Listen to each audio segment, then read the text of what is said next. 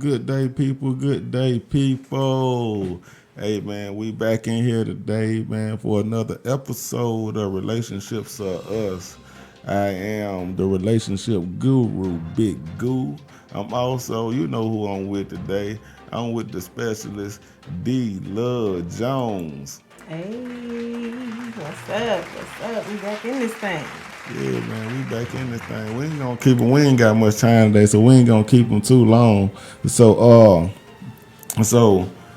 let's just jump straight into it. You know what I mean? Cause you know how we do. Let's go and get into the meat of this stuff. The first question of it was, is marriage You know what? I honestly think the perfect way to start this off is to talk about what we experienced last week.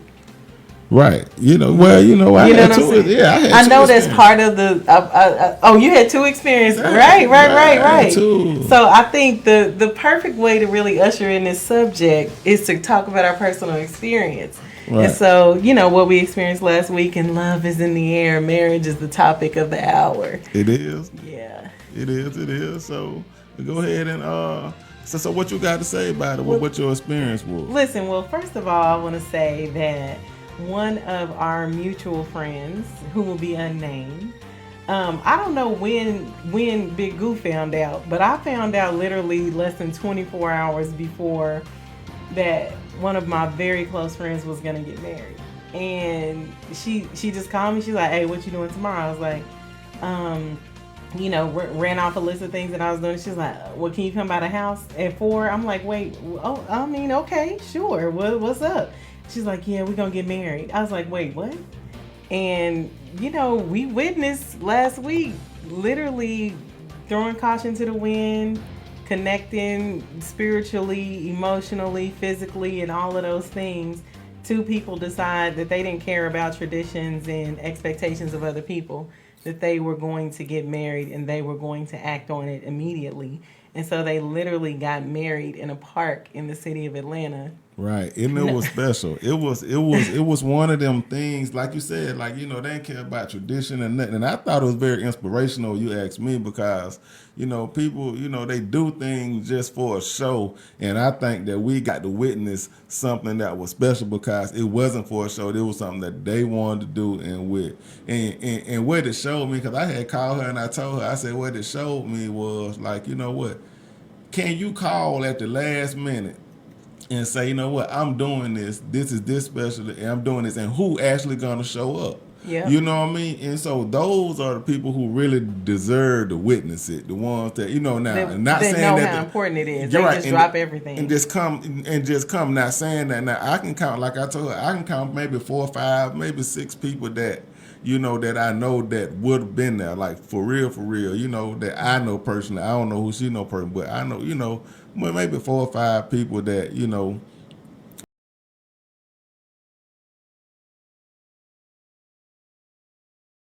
that maybe that would have been there for real if they could have gotten there. Right. But that shows you who really in your corner and not. So that really did something for me to witness that way. Yeah. I mean, for me, it was really like I went through a range of emotions just all in that afternoon, and just reflections. And I really thought, like, I just felt so strongly like I really want to will good energy and love and just like spiritual covering over them, because I knew that what they were doing was rooted in their belief in God and Right. in that connection that brought them together. And it's like there's always going to be roadblocks along the way in relationships, and making a decision like that isn't easy, but really deciding to do it and committing to do it and rooting it in your faith. I was like, God, you got to make this work. Like in Right. my mind, I'm like, this has to be 50 years from now. We're celebrating with them because this moment is so special. Right.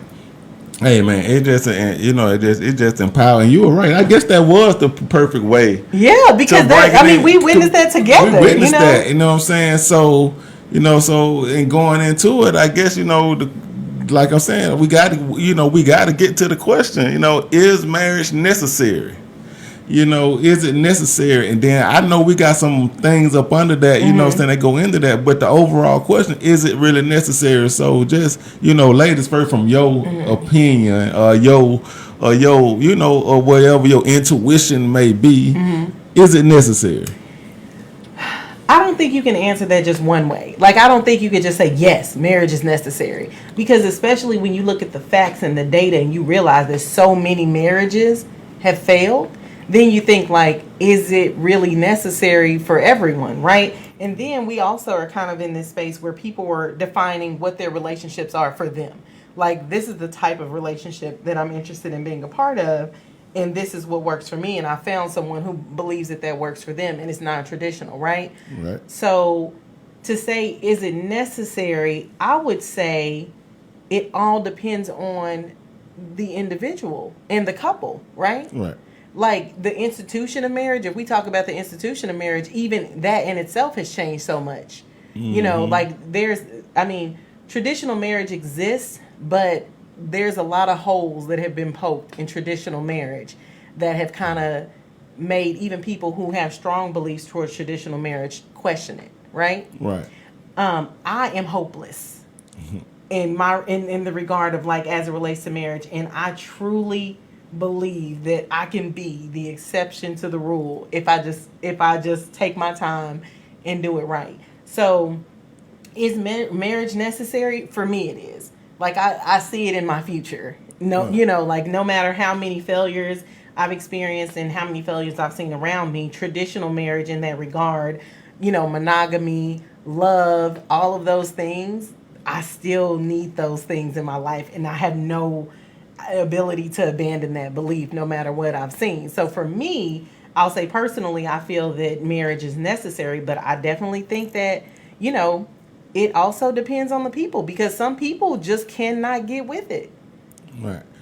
Like I can't hate on marriages, non-marriages, but I have to look at the two words, marriage and necessary. So I have to define what marriage is, and I got to define what necessary is for me. I have to look at both of those words. Then you bring them together for this statement: is marriage necessary? So, marriage means, because I don't believe in the paper. I don't believe in, okay, we go down, we got to sign this paper, we got to do this legally for us to be married. You know what I mean? Like, a marriage is a commitment to me. I mean, me personally, it's just a hearted commitment saying, you know what, I'm going to ride or die with you forever. Like, you get a best friend. You be like, we best friend, we ride or die for you. Know what I'm saying? Like, there was no marriage, there was no paper signing, there was it was just a real commitment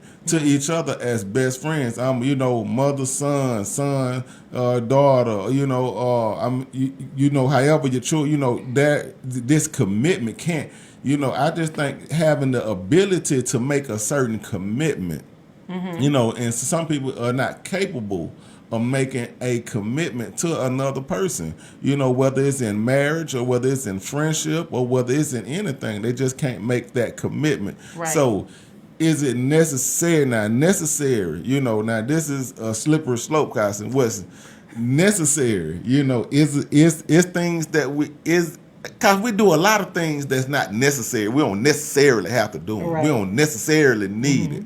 But, want, I think it's a necessary want for some people. Like you said, for you, it's necessary. It's a necessary want. I don't think the legal part is necessarily needed, but the commitment for me is needed. So I want to challenge you a bit on the legalities of it all, right? Because I think it's and not or, right? Right. I think that the first thing you need is that commitment, right? Because nothing else matters if you don't mentally and, spiritually and commit to the thought of, I'm going to be with this person and give myself to this person for a lifetime, right? Like, that starts within you. It don't have nothing to do with you going and signing the paperwork for it, right? Right. But the next step to me, or not necessarily the next step, but in partnership, you also cement that in writing, right? Right. And I don't think that it has to be, well, I show you all of this, that paperwork don't matter. The paperwork does matter because if you say you go on you want to start a business venture, right? You could run a business out of your living room right now with no paperwork. But what's the first thing you're going to do? You're going to go get your paperwork on your business. You're going to sign on the dotted line. You're going to register it. You're going to get your EIN. You're going to pay taxes on it. You're going to get loans on it. You're going to do all of those things contractually. But that doesn't really stop you from running your business. No. Right? No. But it's right? Like, look, I'm a develop this thing. I'm going to commit to it. I'm going to, align it, do my plan and so forth and so on, and I'm going to see it through. But I'm also going to go do the paperwork on it. Big Goo trying to ride with you. But I'm saying, like, and also you have, so the one thing, so let me take it into like some relevant things. So like probably a couple months ago, Dr. Umar Johnson was on The Breakfast Club, and I think he was also on the Ricky Smiley Morning Show. Right. And he was talking about marriage being an economic agreement. It's for economics. Right. It's not just for love. And originally and historically, it has been for economic gain, right? Mm-hmm. Like you marrying, you know how you hear about people marrying into certain families. Right, and you get the goats, and you get, exactly, dowries and things like that. He was saying it's an economic arrangement, right? Mm-hmm. And it's for the better good of the people, that two people come together and be able to prosper together, right, as opposed to singly, which I actually agree with. And one controversial point that he brought up was that he didn't believe in interracial marriage. And the reason that he didn't believe in interracial marriage is because oftentimes, and I would say this is not as frequent now, but maybe so, oftentimes he found that the beneficiary, so like for instance, an NBA player or a musician or some person that's black that has brought themselves out of poverty due to their talent, and then they marry a white woman, or they marry a Hispanic woman or something like that. They don't benefit their community and where they're from and the groups that are economically disadvantaged that they come from by marrying outside of their race. So usually that person who already, like for instance, a white person who already has has been established economically, now is marrying up and basically taking away from that community that has been disadvantaged economically. And so basically he's like, if you look at it like an economic arrangement, then you'll realize that black people should marry black people so that we can prosper together. Like that is the way that we bring ourselves out of some of the financial situations or the economic situations that impact our communities. Right, like life insurance. So, I get that, and it does make economical sense. Mm-hmm. So like, and if that's the business behind it, that's the business arrangement of it, that part is necessary for us as a community. That part is necessary for you as a whole. Mm-hmm. You definitely want to marry someone that y'all can get wealth together. Mm-hmm. Or you can at least start to build wealth together. Right. So I can get that, but that's just like me going to college, and it's like I got the information. Do I necessarily need the piece of paper? Do I need that degree? Do I need it in hand? Like I got the information. I'm trained. I can do what I do.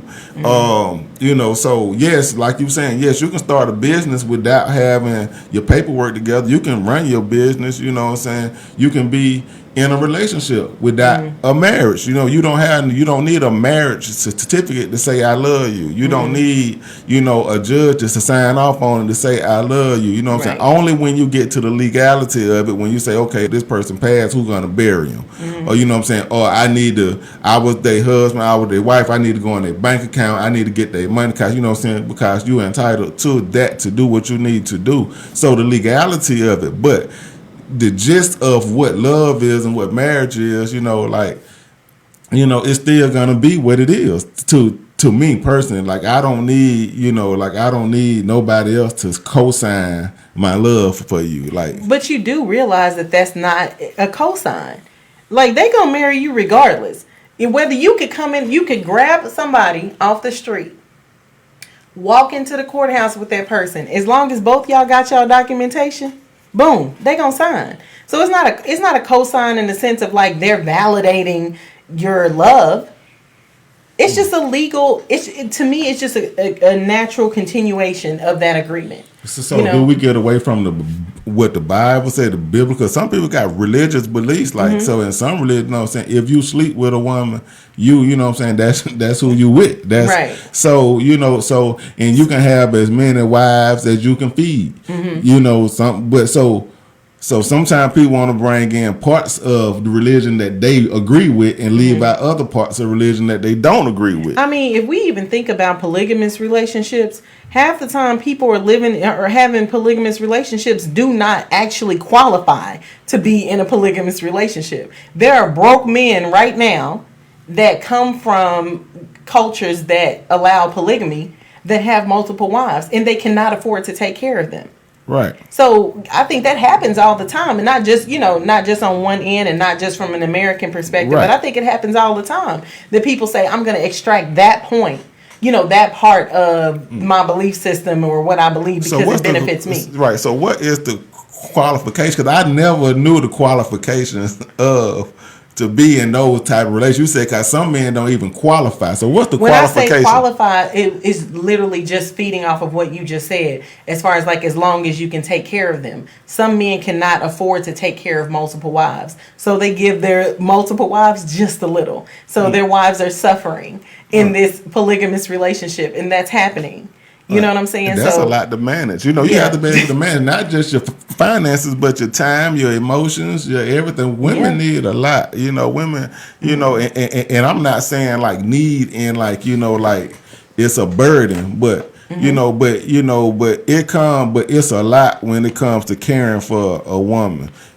So it's like you have to really care. First of all, you got to care to even care. You got to care.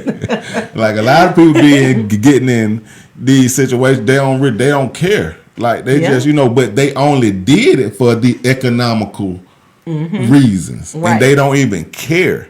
What I mean? So and they did it the way, who you talking about, Johnson? Umar Johnson. Umar Johnson. They was on that. Right. That's all they saw.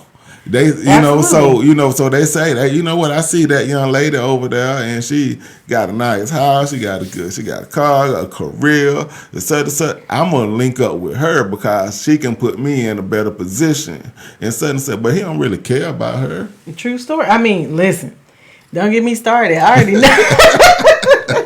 I already know how it goes down. I mean, from both ends. It's a lot of women that are sacrificing everything just because they want to be in a man's pocket. You know what I'm saying? And it's like they want the benefits of a lifestyle. And so they're like, well, whatever I want outside of that is not as important as me wanting this type of lifestyle. Right. So I'm willing to give up it all for this lifestyle. Yeah, I just want to drive these fancy cars and wear these red bottoms. Exactly. And you know what I'm saying, and be on social media. I want to be on my Instagram. So it's really, from my perspective, and I won't belabor it, but it's just like, I really believe in marriage. Just from I don't know, just through and through. And even though I'm only seeing 5 successful relationships out of 100, like those I just really, really adore, right? I'm always rooting for them. I'm always like, when I was like single, like young, when I was in my 20s, I used to be like of the mindset of, what can I do for married people? Like, what service can I provide to them to help them to be able to live their life and grow together? Like if they had kids, I would be willing to babysit so they can have date nights. Like mentally, I was just like, I want to see marriages win. And that was, I was real green then, but I really was. I was just like, when people, decided that they were going to get married, like I would be in prayer for them. Just like in a very honest way. And not that I'm not now, but I'm just saying. I think you still are now. Yeah. I do. I think you still in. Yeah. I think you still root for the marriages. I do. I still think you root for them. So, so I know we ain't got no more time, but I want to go like head of household. It's a head of household question. Like, so some people believe in a traditional. So once you get married, once you in that, and once you say, okay, this is necessary for us, this is necessary for I, then you get okay. You got to make choices. Okay, so who gets the final say? You know what I mean? Like because in some situations, some people think that whoever make the most money get the final say. So are you traditional? Does the person is your future husband, what can he expect? Like if you had to say dear future husband, what can he expect? Is he gonna be like, is it gonna be a power struggle, or are you gonna be comfortable enough to say, you know what, even if it's not what I really want, I'm gonna let him have the final say? That's a really great question, and I'm gonna take myself out of the hot seat for a second and just make it more general, just because God is still working on me, and so, and I mean no, but the interesting thing, no, seriously, like I look at potential mates in that manner because I realize that I'm a dominant, alpha woman.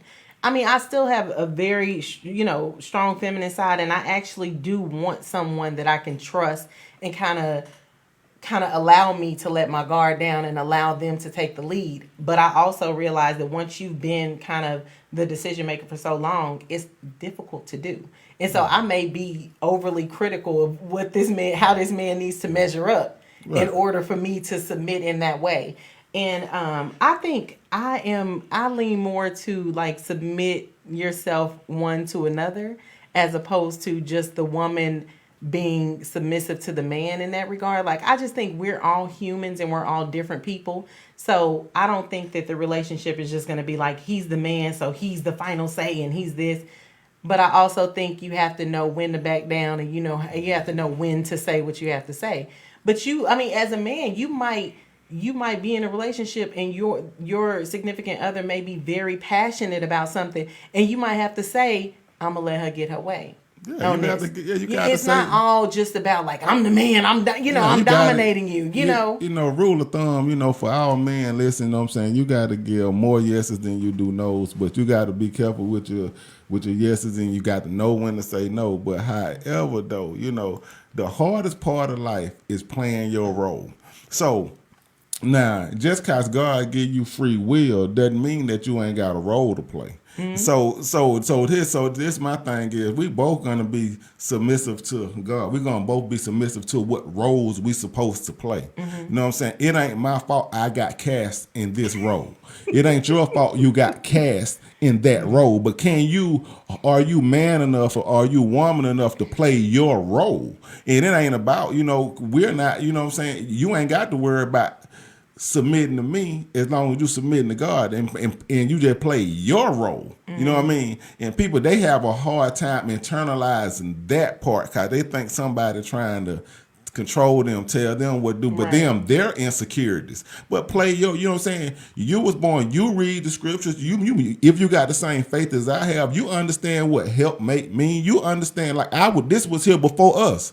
So, you know what I mean? Just play your role. I'm gonna play my role. I was casted as a man. You was casted as a woman.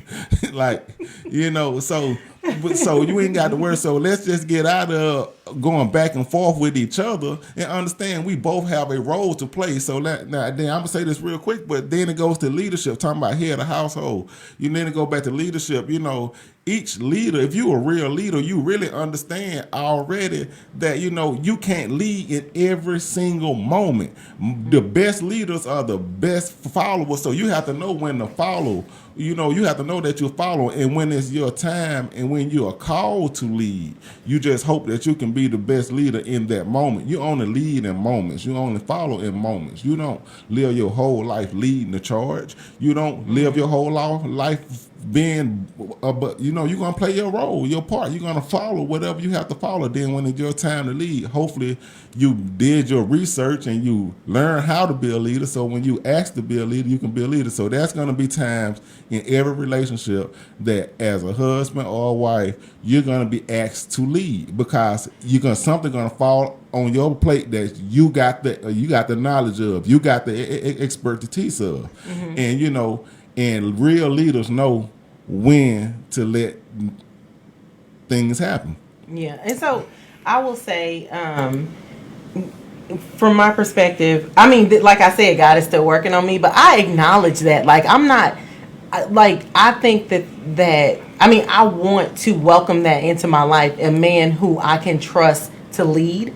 And I understand that that's going to change the way that I move, right? Like, the worst thing for me, I think about when it comes to that, is a man telling me how to spend my money.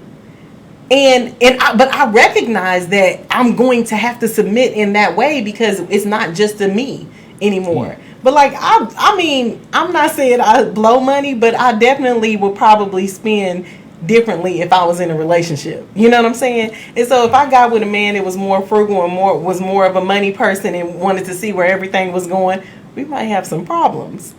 Yeah, in the beginning. But I'm saying that's something that I have to be prepared for. Yeah, in the beginning you might will have some problems in the beginning, but it's not going to be. You see, but problems are not always bad problems. So sometimes you got good problems, right? No, and that's a good problem to have. That someone just wants to be caught. That's a good. Now it may be frustrating, but it's a good problem. You have to understand that every problem ain't meant to kill you. So some problems are good problems. You know, you have to be willing to accept that. Some people just don't accept what God got for them. You know, they just can't do it because they can't get past themselves. They think everything revolves around them. Yep. But sometimes God give you what you ask for. It just don't be in the form that you thought it was going to be in when you get it. And so sometimes you have to watch it grow with you. Mm-hmm. So, you know, but sometimes people don't want to go through the process. They don't want to put in the work. So, you know, but this Big Goo, you know what I'm saying? This Big Goo speaking, don't No, listen, first of all, you know, Big Goo, that like when we have conversations, it's always it's a bit of just us entertaining, but it's always rooted in truth. Like every time we record an episode, I always leave thinking about what we talked about and thinking about the stuff that you say, especially the stuff to get under my skin. Right. Then I leave thinking about that and I'm like, is this how men really think, or should I be looking at it this way? So it's, you know, it's important to have differences and you right. just to give me your opinion, because that's real. I know we have one more topic to talk about, but I wanted to close because I had a question for you. So before we close, I had a question for you that I wanted to talk about on the show. Okay, let's go. Well, you want to hit this last one? Well, what? That's marriage versus love. I mean, love versus marriage. What it was that? Oh, okay. No. Because the marriage versus, because it was kind of like we could have segued into it a while back, but you know, I just kind of like, you know, so some people don't get. You know, they just get married for the show. Some people, you know, they just want to have a wedding, you know, versus, because we kind of hit on it when we were talking about what we saw. Right. So we kind of hit on it already. So can we just touch upon this practice makes perfect? Because I think I want to know where you was coming from with that, because I have some thoughts on it. Oh, yeah. Well, okay. Well, she put me in the hot seat. So, yeah, practice make perfect. I just don't believe that you can just wake up and be a husband. I don't believe you can wake up and be a wife. You know what I'm saying? So, like I said, I'm deep in my religion. So, in my faith. So they say a man who finds a wife finds a good thing. He didn't say a man who finds somebody waiting to be a wife that's gonna, you know, you have to already be in wife form. You already have to be practicing being a wife. So then it becomes a little bit easier for you to figure out how to be that man's wife. Mm-hmm. But you know, but if you just not a wife, period, you know, like you're gonna get treated like a girlfriend. You're gonna get treated like a thought. You're gonna get treated like, if you're not in wife form, you're not practicing. You ain't getting up in the morning, scrambling eggs and managing your household and managing how you're going to manage, you know, as a wife. If you ain't practicing that, it's going to be hard to just turn that switch on. And that's why I think a lot of marriages fail, because people think they can just come together and turn it on like a light switch. And no, you have to practice. Even for men, like, you got to be a husband. Like, you can't find a wife if you're not looking as a husband.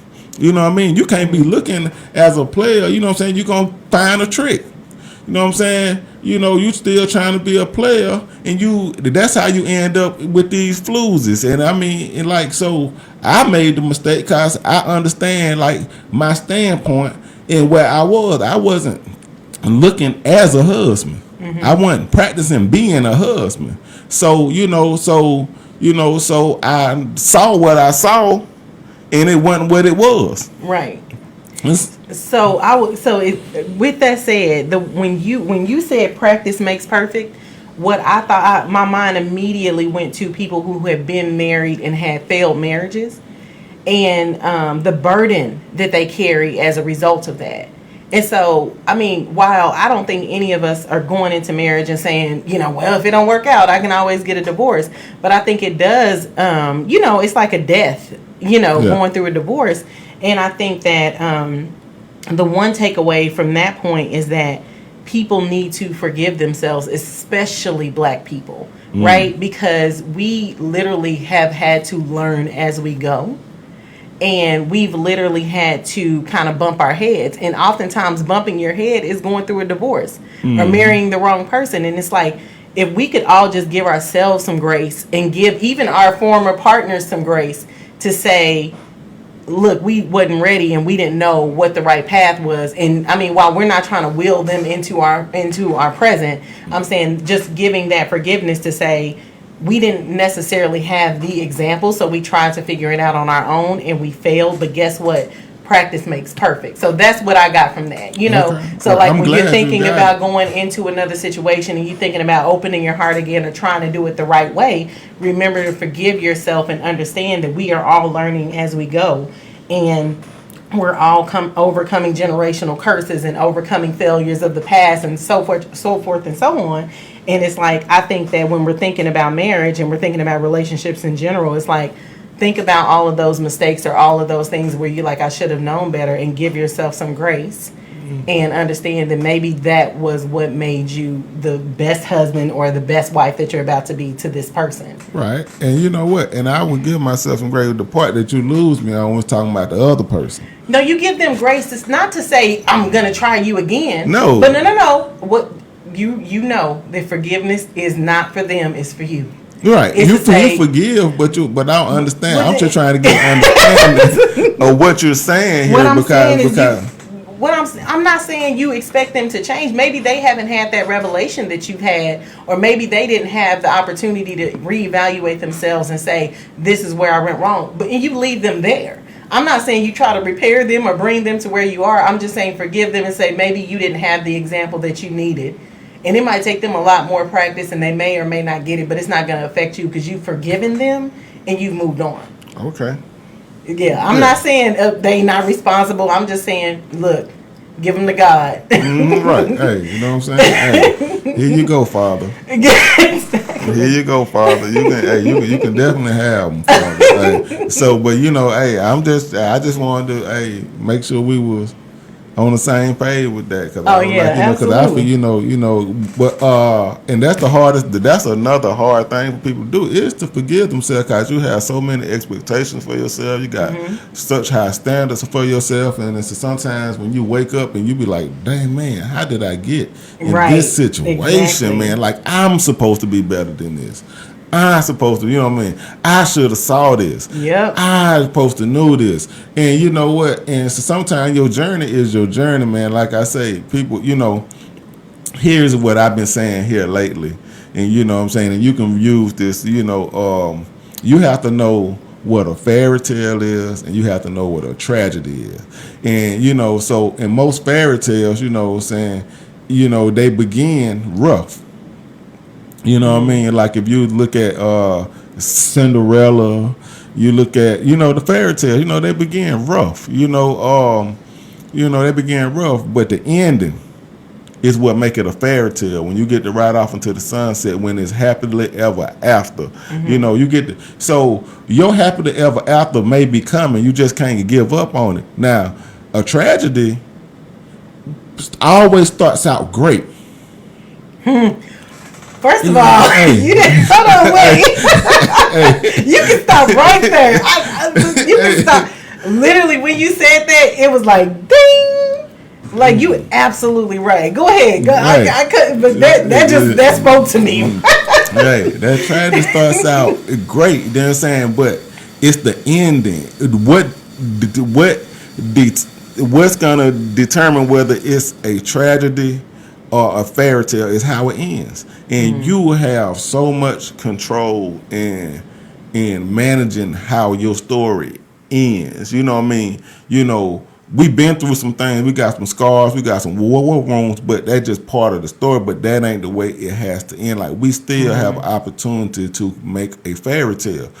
So I'm looking forward to riding off and being happily ever after. You know what I mean? And you have to get in that mindset, you know what I mean? So now you can let some circumstances in life, you know, and if you decide to end where it was a tragedy and you decide to let that to be the end of your story will be a tragedy. But you know, or you can push through and get to the fairy tale. Yeah, but sometimes you have to leave that tragedy of a relationship where it is to get to your personal fairy tale. Right. Because sometimes people don't know when to say when. Oh yeah. You know, like this, like you be from the outside, you be looking at the situation, you be like, it's done. Like Right. the tragedy, it's a tragedy. It's a tragedy. It's the end. Yeah, it ain't no coming back from it, and people still be trying, Right. you know, trying to breathe life into it, and it ain't working. Yeah, so I had to realize I had a tragedy within my fairy tale, but it wasn't my story. That ain't the whole story. It was a tragedy. So, and if you look at any other fairy tale, there are tragedies that are within the fairy tale. You know, it was terrible the way that Cinderella got treated. Nobody ever spoke of her daddy. No, you know, she just, you know, it was a tragedy the whole time. You know what I'm saying? Then all of a sudden, you know, things changed. You know, so and then I heard a pastor speaking one day. He was like at the stroke of midnight, and I always wonder why people and pastors and different people they always talk about the stroke of midnight, because you know in most fairy tales it be the stroke of midnight. You know what I'm saying? So, you know, hey, it's healing in midnight, in the midnight hour. That's you. He gonna preach now. Hey, you hear him? I ain't gonna preach now. I ain't gonna preach. I'm just saying, but you know, we gonna, you know, I know we ain't got, you know, we had that much time. No, I want to close, and this might be something that we have to do on a regular basis because I think it's gonna just be good. But I wanted to have our personal one-on-one moment because. Last month, and I think so we're in August and July. I was moving, and literally was trying to do all of this stuff myself. And I'm sitting there racking my brain, like, man, who could I call? Because I hate asking people stuff. This is something I got to work on. Right. Hate asking people for stuff, and I hit Big Goo up, and I'm like, hey. This what's going on. He had no clue about me moving. He ain't know nothing about what was going on. And I said, hey, this is what's going on. I'm moving. I thought I had less to do than I got. I'm overwhelmed. I need your help.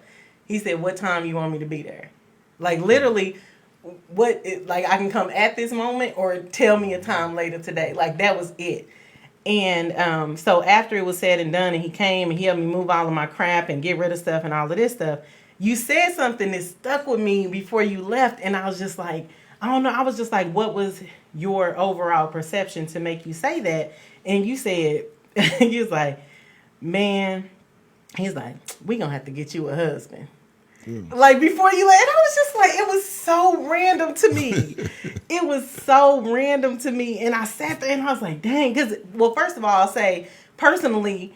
The reason why I was doing it myself is because I was like, whoever isn't here in this moment that's been begging for all my time and energy is not going to be here when all of this is said and done. Right. So when you said that, it just stuck with me because I was like, what was his perception to literally, you didn't say, you did like this whole time, this is your final thought. Right. After helping me and seeing all of the hard work that was getting done and putting in some sweat. Right. So let's just like chop it up for a couple minutes before we end because So I think this is a good little one-on-one. Right. So you know what? Let's keep these one-on-one going because I can tell you because I remember it like verbatim, like because it was like because I was looking and I'm like, you know what?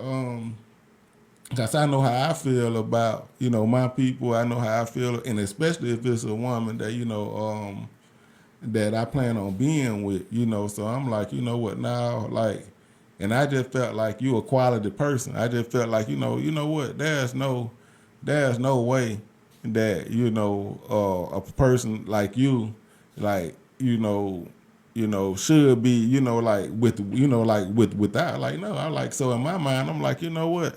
We're going to have to get this young lady, you know what I'm saying? 'Cause somebody got to see her and see this, you know what I mean? You know, because, you know, because I know what it is, just like we witnessed with, you know, my sister, you know, we just, you know, we witnessed, you know, and I wanted the same thing for her. And it's like, you know what, and my other sister and you too, like I want the same thing for y'all. I'm like, you know what, like, nah, but, and just getting it in that light. Like sometimes, so when I was just looking at you and seeing like, what you're willing to do by yourself, I'm like, you know what, like you'll make a good mate. Like you'll make a good person. Like I can win with this. Like that's what I was thinking. Like if anybody knew and watching what I could win with this. If you're willing to do this and make these type of moves by yourself, I can win with this. This is all I would need, to win with. So we're going back to Mr. Johnson and these economical, and such and such and whatnot.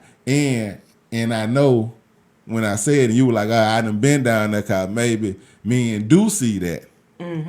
And some have tried and some have came along and probably did it the wrong way, and and then and just try to use you as a resource instead of really caring about you. Right. So but that's something, me personally, as who I am, that's what I want for you. I feel like you deserve to have that person there that just there just for you. You know what I mean? Like like that was some hard. Moving is hard work. Moving make you first of all, moving make you realize a lot. It's traumatic. Moving make you not only about relationship, talking about boy girl relationship. Moving make you realize who your friends are. Hey, it make you feel some kind of way about your job. It make you know what I'm saying, like. You know what I mean? I work too, like, so moving really brings out a lot of different emotions. Yeah. And but I was just in that moment, I was like, you know what? Like we gotta, so that's why, like, you know what I'm saying? We're gonna have to, you know what I'm saying? We're gonna have to just be out there. Like, I don't know, you kind of reserved. Or you can kind of reserve. You can kind of reserve, but people can't see you if they can't see you. Yeah, and I mean that's a whole nother episode, but I just really it stuck with me when you said that, and I said I wonder what he was thinking in that moment to make him say that, because it wasn't like, all right, whatever. It was but like another thing went along too, cause not to put nobody else, but it like cause I was thinking this in my mind the whole time, cause your other friend was there, and he I don't know who met who first. I don't know if you met the wife first or met the husband first, however. So I don't know what the relationship is, but I just in my mind I know that her husband couldn't have been going, and because the way she was kind of like handling things, I seen like he just can't just go help random women. Right.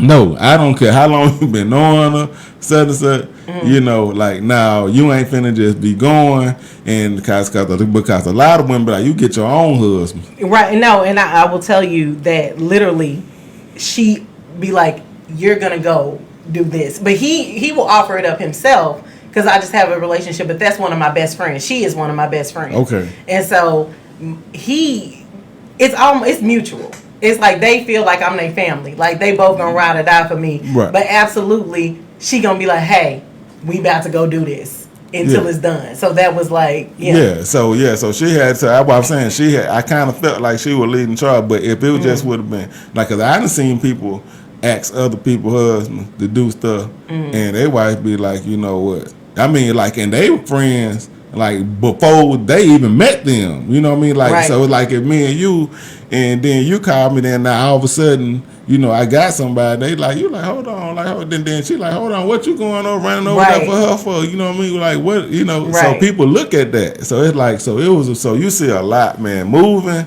brings out a lot, but for you to be doing well as you are, doing what you're doing, being the best mother you can be, being the best woman that you can be, I'm like, this here ain't the picture. Right. That's what it was in my mind. No salt, no shade, no nothing. But it just wasn't the picture. Like, what? I feel like you deserve to have your night. Well, I appreciate it. We're gonna leave. We're gonna talk offline about the rest, but but no. But thank you. I just really want. I said, let me. This is something definitely that could go in line with the topic for today, and I'm gonna ask you live on air. What your thoughts were on it. So thank you for that. Thank you for whatever good energy you put behind that, because I feel like I can feel it coming my way. Oh, so it's all good. Oh, yeah. Well, this been a This been another episode of Relationships Are Us. Dee Love Jones, My boy Big Goo. the big guru, relationship guru. We're gonna be coming at the people with more and more and more and more, man. It's gonna get more intense, man. I definitely been thinking, but I said, because we talked. I said, what we gonna coin this season? Where we going with this? And I was like, you know what? And it just hit me. We're gonna theme this season here the love deposit. You know what I'm saying? This the theme of our season. This season 2 coming. We're gonna theme it the love deposit, and we're gonna have something good at the end of the love deposit. We're gonna let people. They're gonna put their 2 cents in. We're gonna get everybody. So we're gonna let people throw in. Then we're gonna see if we can find. At the end of this season, I definitely want to find. My goal is to find 2 matches. I want to put 2 couples together. You know what I mean? Some way, somehow. I love it. I love the idea of it. I think us being a part of that, especially with us both believing the way that we believe in love and marriage and so forth and so on, it would make perfect sense for us to make that happen. Okay, well, let's do it. Y'all heard it here first, man. We're going to try to put 2 couples together, man, by the end of the season. All right. Sounds like a plan. Peace. All right.